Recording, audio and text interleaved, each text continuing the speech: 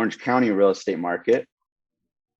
So one of the first things I just want to share with everyone is specifically in Orange County, this is a graph and you'll see where the arrow is pointing, that's 2022. The other ones go back about 3 years past to 2019, and you'll see the colors are situated with the years. So you'll see 2019, there was a whole bunch of homes on the market and available. And then you go down the list there, 2020, not so much. As we all know, last year, very low inventory, and this year, especially low inventory at the start of the year.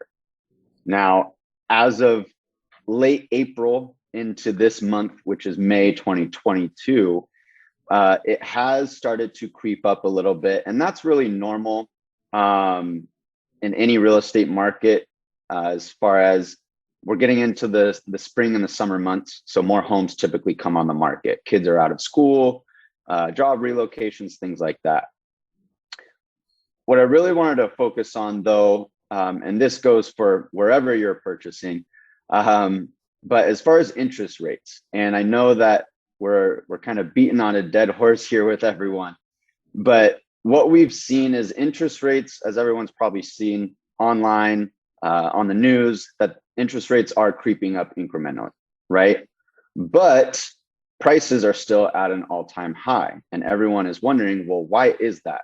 Usually if interest rates creep up a little bit, prices tend to go down, right? That would be normal. However, as we've kind of explained in previous webinars, is that the housing shortage, that is what is really driving home prices more than the interest rates, because there is not enough homes for people to buy. Thus, when someone puts their home on the market, that's why you're seeing multiple offers in a lot of cases. And so you'll see on this graph at the end of last year, interest rates were about 3.27% on a $1,100,000 home. Your interest or your payment, I should say, would be just above $4,300 a month. Okay. Now, as of a couple weeks ago, the interest rate was about 5.5%, just above that, and your payment would be about $5,650, round numbers. So you can see on a monthly basis, just from December to now May, in those short months, with the interest rate going from 3.27 up to 5.55, your monthly payment increases by over $1,300 a month, and which equates to almost $16,000 more per year.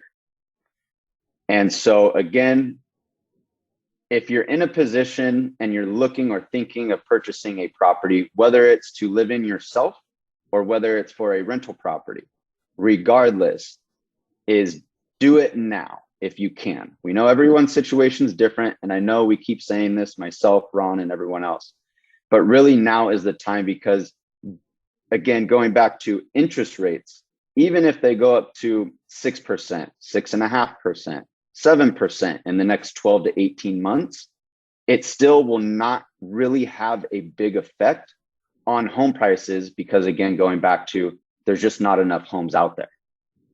So we're working with several clients at the moment. I know me with one client, their hesitation was, well, we want the market to cool off. And while I can appreciate that, what I just shared with everyone is it's not going to cool off for the foreseeable future. And we're not just talking in the next couple months, we're probably talking in the next couple years. Now, I don't have a crystal ball, but that's just what we're seeing, again, because there's such a housing and shortage in housing, excuse me. Ron, do you want to add anything to that? Yeah, I just want to, let everybody know that a lot of times you think, well, now I jumped to 5.5, I want to wait until the interest rate comes down.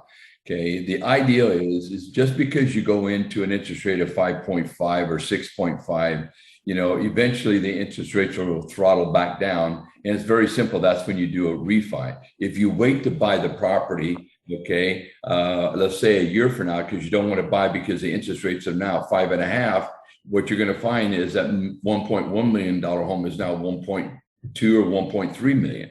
Okay, that's the challenge you have. So, at least if you lock in the price of the home the interest rates will throttle back eventually. It could take a year or two. So as long as you can go ahead and afford the monthly payment and have reserves, then you should still consider buying now rather than trying to work the market a year or two from now. Because like Tyler said, you only got a basic supply, and people, and I'll just say this and we'll move on. In 08, everybody quit building for the most part. Okay. Well, nobody's really built any significant properties for 14 years. Well, kids that were 10 years old, they're now 24. Okay. And they need a house to live in. So what you've done is you've added all these people, but you haven't added inventory. Okay. And that's what drives the prices upward. So I'll turn it back to you, Ty. Yeah, perfect. So kind of the same thing goes for the Inland Empire. A little bit less inventory, so to speak, in the Inland Empire that we've seen. Not as much as Orange County as you saw in that prior graph, as well as even though prices are going up, and most out there probably think a home in Corona is just astronomical for Corona. It's Orange County prices, right? But at the same time, it is less than Orange County, as we all know.